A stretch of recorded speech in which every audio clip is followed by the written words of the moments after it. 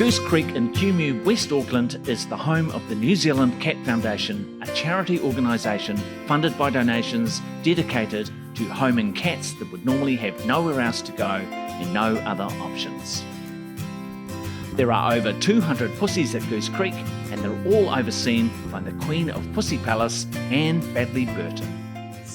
I started feeding stray cats as a very young girl.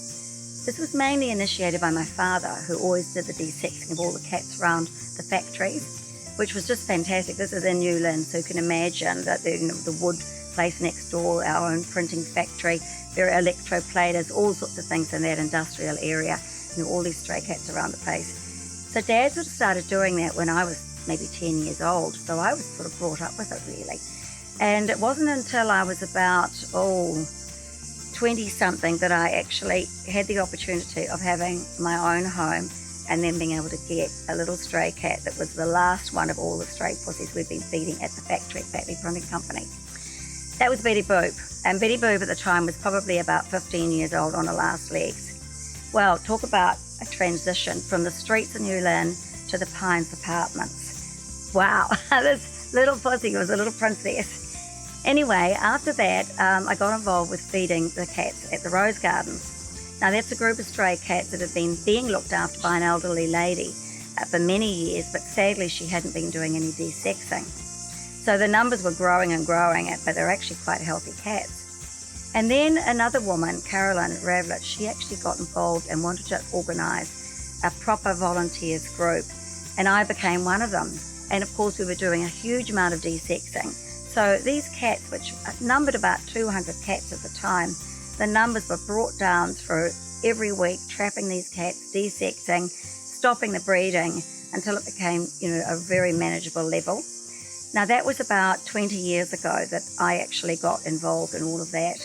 As the years went by, I started worrying about some of the really old stray cats that were very friendly, that all cluster around when we'd be feeding and so on. And I started worrying about them particularly in the winter time when it was cold and miserable. And while we were feeding them and sort of trying our best to look after their veterinary needs, they really needed extra care.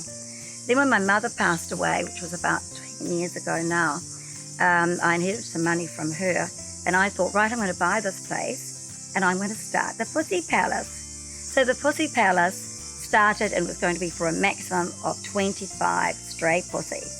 Hence the Pussy Palace for pensioners. It's at the front of the sanctuary. Well, news spread, and of course, one pussy followed another. And over the years, we have had hundreds of cats come through. And of course, it's now a proper charity. It's a registered charity for which we have donee status. And it's the New Zealand Cat Foundation, .org.nz, if anyone would like to volunteer or donate. So it's sort of grown as we needed to, really. We ended up taking on about 28 cats that were going to be killed, basically, pest control and so on, from an area. It used to be the freezing works. This is probably about 7 years ago, so we ended up putting on another section. Then somebody else came to us with a big sob straw, and we had to put on another section. And so it grew really organically, just as the need arose. Hence, it's probably not the most beautiful, perfectly built place in town. It's a bit of, a bit rough and ready, but it does the job and the cats just love it. And as you can see, looking around the sanctuary, a lot of hard work goes into it from volunteers. We need a lot of volunteers to keep this place going. We've got well over 200 cats here now. Every week we've got probably 30, 40, 50 people calling us wanting assistance with stray cats in their area, or not even necessarily a stray cat. We're now taking on cats, say somebody's died, no one's going to take care of their cats, the children can't take them or won't take them. Somebody goes into a retirement village, an old folks home, maybe they're in a dementia unit. We actually sadly get a lot of that.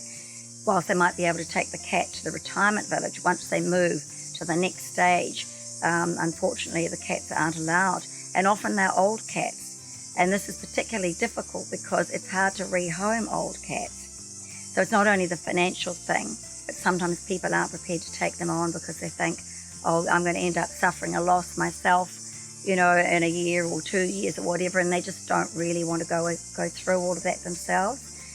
So we're taking on cats from all walks of life and from all types of situations. Now, a lot of people think, oh, we've got a stray cat problem and so on in New Zealand. We actually don't have a cat problem at all. We have a people problem because people are not being responsible and de-sexing their cats. There's all sorts of reasons for that. Sometimes it's people say, well, they can't afford it. Other times it's a cultural thing and they actually don't agree with de-sexing. There's quite a lot of that in this country. We get situations where they think, oh, wouldn't it be nice for the children to have some kittens to play with?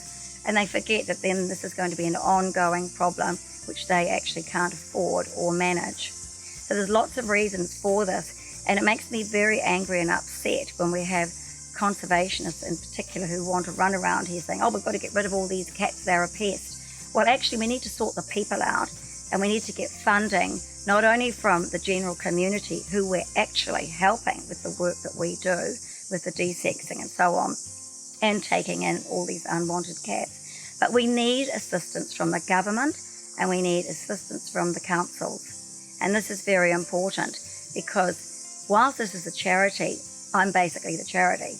And I'm pouring just about everything that I earn into the cats. And thank God I've got a husband. He's got a good job because at least he can look after me and him. But seriously, we need help and we need it quickly because if we're going to continue doing the work we do, which is basically a fantastic community service, we need help from people in the community.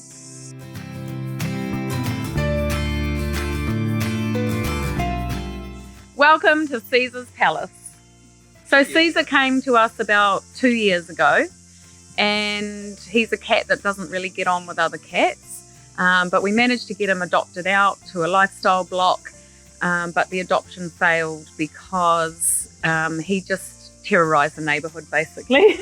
And so he came back to us and it was obvious that he needed to be in an enclosure of his own. So we made a plan to create this big enclosure for him where he can spend the rest of his life, and he's at the front of the sanctuary so people can see him and interact with him, and he's just a changed cat. He's so happy and he just walks around and sees everybody and is just living his best life.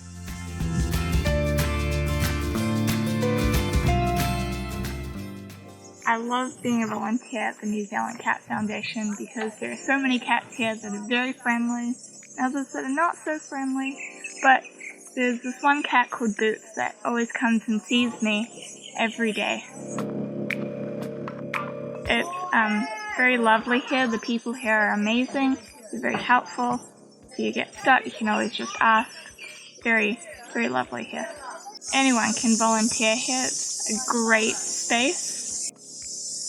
I find there are some cats here that have some neurological problems or only have one eye, and I feel quite sad for them, but then I also feel happy that I can keep an eye on them every single day that I come here and give them food and make sure they're healthy.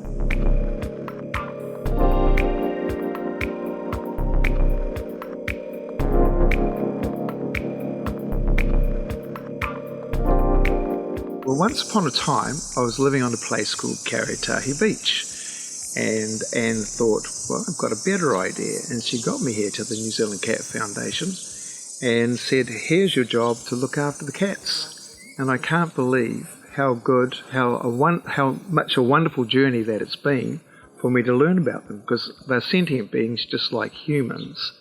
And fascinatingly enough, I've been mixed with animals. I've farmed for probably about 30 years, but I've never actually had much to do with cats. I used to prefer birds. But after being with cats and you're seeing their different personalities and just some of the things they do, like e.g. one cat will actually bond with another cat, it's one of the most amazing things you can see in your life. I also see special needs people come here as well, and they change, they're transformed when they see the cats. And when the cats purr, I've got to honestly ask myself, what other animal purrs? And it's all about frequencies. And that frequency, for some reason, makes everybody feel at ease. And hopefully, I'll be here for many more years.